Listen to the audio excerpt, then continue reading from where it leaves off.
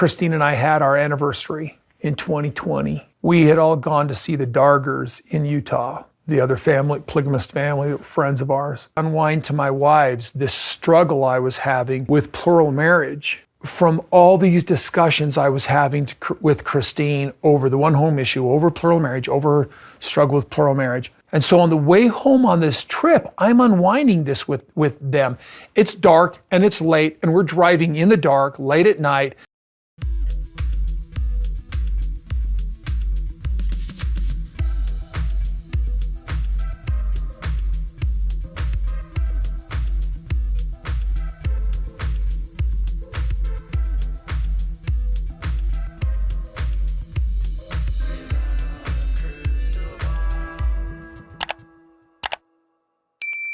Hey everyone, it's Katie from Without a Crystal Ball. Welcome back to my channel. It is Tuesday, September 27th.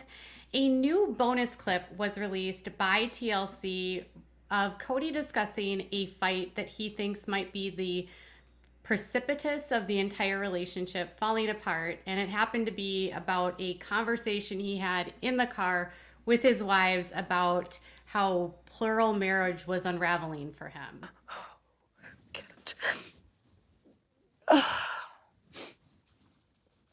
Actually, we're going to dive into this topic, and I want to sort of like take you on a trip through Kody Brown's Twitter. Not so much, but just sort of highlight some things that I've noticed about Cody and why I think that the unraveling for Cody is not just about the fact that his plural marriage, celestial kingdom world, it has become unraveled, but Cody's voice in polygamy has unraveled, and Cody's advocacy and advocating for polygamy has unraveled, and that in and of itself has made him retreat in along with the haters.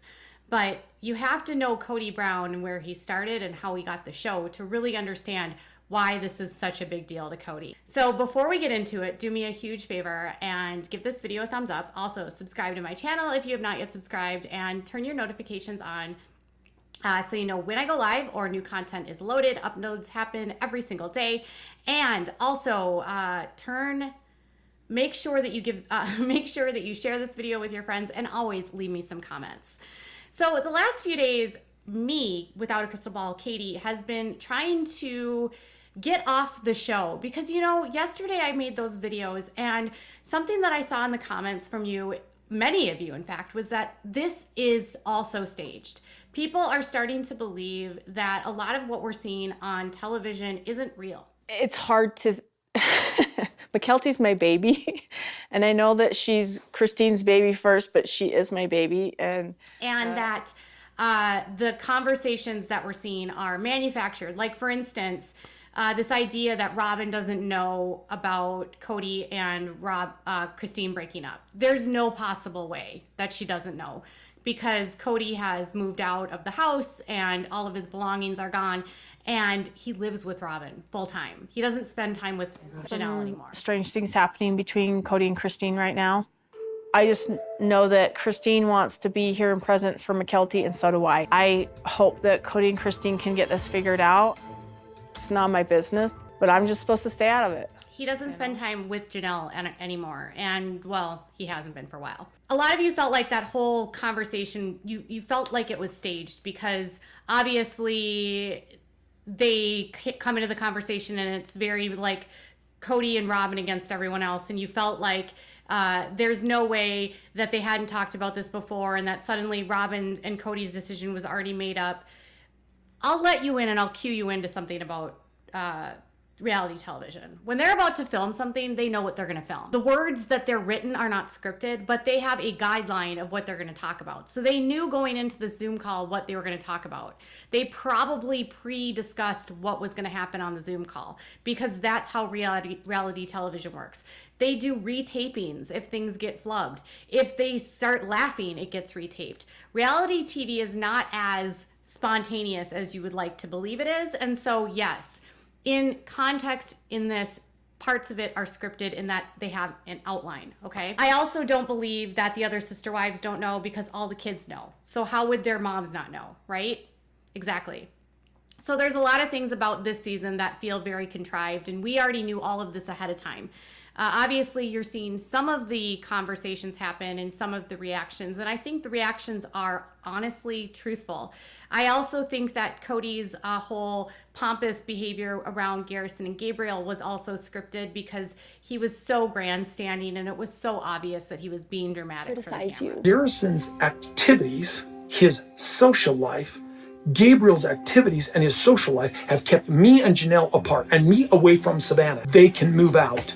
I'm so mad about this. So in a clip that came out, Cody was talking about how they went to go visit the Dargers, Joe Darger and his wives in Utah. And after this was the episode, remember, where they were all going to drive together and the car got a flat and they had a huge fight. And then Christine, we have a flat. We're going right to the dealership. No, we don't. Yes, I can hear it. So do you guys want to wait here with Mary while I go get it? And No, this is stupid. we don't fit in the other car. Two cars, Cody. No, we're not taking two cars, Christine. And then they all had referenced that there was this like conversation that had happened after the fact overnight that like left them all sort of like feeling really bad and left them feeling like Cody was dark about the situation of plural marriage and that he was like really like it was like this ominous conversation that they'd had with him. From all these discussions I was having with Christine over the one home issue, over plural marriage, over struggle with plural marriage. And so on the way home on this trip, I'm unwinding this with them.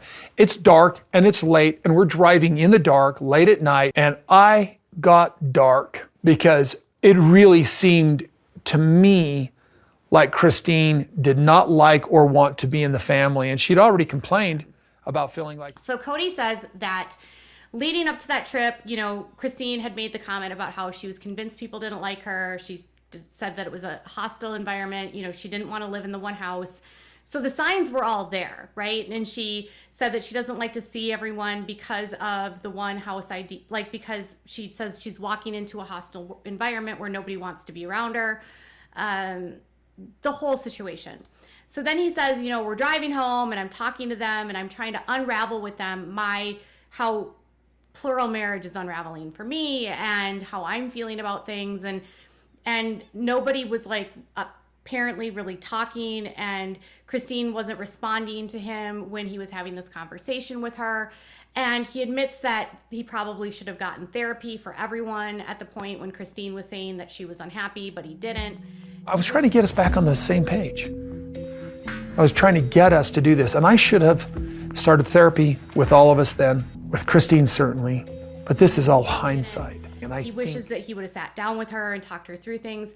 But the problem is that no matter what he would have done, it wouldn't have worked because Christine lost her faith. And that's not a bad thing, you guys. It's not a bad thing that she lost her faith. She realized that what they were doing was wrong. She realized that the doctrine was wrong and she stopped believing. So no amount of Cody trying to work it through her was no amount of him trying to manipulate her back into the faith was going to work. But when Cody talks about unraveling plural marriage, Cody actually started Sister Wives in 2009. And that's when the first season aired. But to know the Browns before that is to know that Cody and part of this sort of grassroots effort in the early 2000s called Principal Voices, Principal Voices, which is people from the principle of plural marriage, which is the tenet of their faith, that were speaking out in advocating for polygamy. Okay, so Cody and Christine were being used by this organization to publicly speak. Christine would publicly speak. She would go to speaking engagements and speak about her family. Cody would go out and speak. They were really doing a lot of grassroots advocacy to try to make it look like women in polygamy were not being abused. So Principal Voices was supposed to elevate women, make it look like they had a consenting part of polygamy. Christine was an integral part of the speaking because of who she was. So this is why they always talk about Christine and how valuable she was to the family, was because Christine, being the granddaughter of the prophet, had a huge voice in her cult that if she spoke, people listened. He needed Christine in order to do what he did, and he relied on Christine to speak because of her status in the group. Got it? So going into the show, it was all about the media at the time was coming at polygamy of everyone is like Warren Jeffs, everyone is like the FLDS, child brides, all these crimes happening against children, women that are forced into marriages, arranged marriages, welfare fraud, tax fraud, human trafficking, and like forced labor. And the response by the AUB and these other churches was, we're going to show them the opposite of that and say that this is not who we are. And so that was Kody's mission with Sister Wives. We're going to show you that we're not like Warren Jeffs. We're going to show you that there is consent. We're going to show you that there is none of these other things like welfare fraud and tax evasion and whatever else, child brides and forced marriages. But they weren't honest, because they did have welfare fraud technically, because they used food stamps, and she claimed she was single, Christine, and all of them received this aid. They all got government assistance. They all filed bankruptcy, and they didn't claim children on bankruptcies. Kody did not claim 5 of his kids. So frauds were committed, things that people are critical of, and gaming the system and making taxpayers foot the bill for their debt, which is a huge problem in polygamy. But they wanted to be the answer to that and be like, we're not like that, except they kind of were, except they weren't doing exactly what Warren Jeffs was. So for more than a decade, Kody was using his platform not only to talk about polygamy on the show, but on Twitter was being very political and following very radical, sort of libertarian movements, almost a form of anarchy. I'm not saying libertarians are anarchists, but Kody Brown is definitely one of those, would be an anarchist if he could. I mean, he wants to abolish the draft, and he doesn't want any laws. I mean, he literally wants anarchy. He wants no government. He would prefer no government. He thinks that all people should just be able to live and let live. Like, that's it. Like, we don't need rules in this society. But we see what happens when people live above the law, like the FLDS. So Kody's whole Instagram has been about trying to elevate this political agenda where polygamy is no longer a crime, that you don't need the police, you can have a militia. That's right, because he sells guns. And a lot of people in the AUB and a lot of these groups have militias. It's a part of not trusting the government and trying to defend themselves against the government. So Kody's involvement with weapons isn't just about selling guns, it's also about this counterculture of people that don't trust the law enforcement, don't trust the government, and they arm themselves to defend themselves and create their own little armies. The AUB actually had a militia from 2011 until 2013 while Sister Wives was on the air. Fun fact. Kody Brown has been involved in the sales of guns for years and actually is involved with a man who's a business partner who pled guilty to a misdemeanor for giving false statements to the ATF related to illegal sales of firearms. So he has a network of people that have been involved in the sales of arms for years, and some of them don't have the best history. Got it? So he's been trying to promote this agenda, and so for him, his whole ego was built on, I am going to be the cornerstone of the man that brings polygamy out in the open. I'm going to prove everyone wrong. I'm going to show them who, and I'm going to show them what, and my wives are all happy. But it was fabricated, it was built on a lie, and it wasn't true from day one. And he knew that, but he didn't care, because I believe Kody's ego got in the way, and his belief that he was going to be the person that changed everything. He had this God complex in a way, I'm the one that's going to cause everything to change. And the problem that was along the way that happened was that Kody got a little bit arrogant, and he also got a little bit, he couldn't hide himself anymore. People learned over time that the wives weren't happy. People saw the wives couldn't fake it anymore.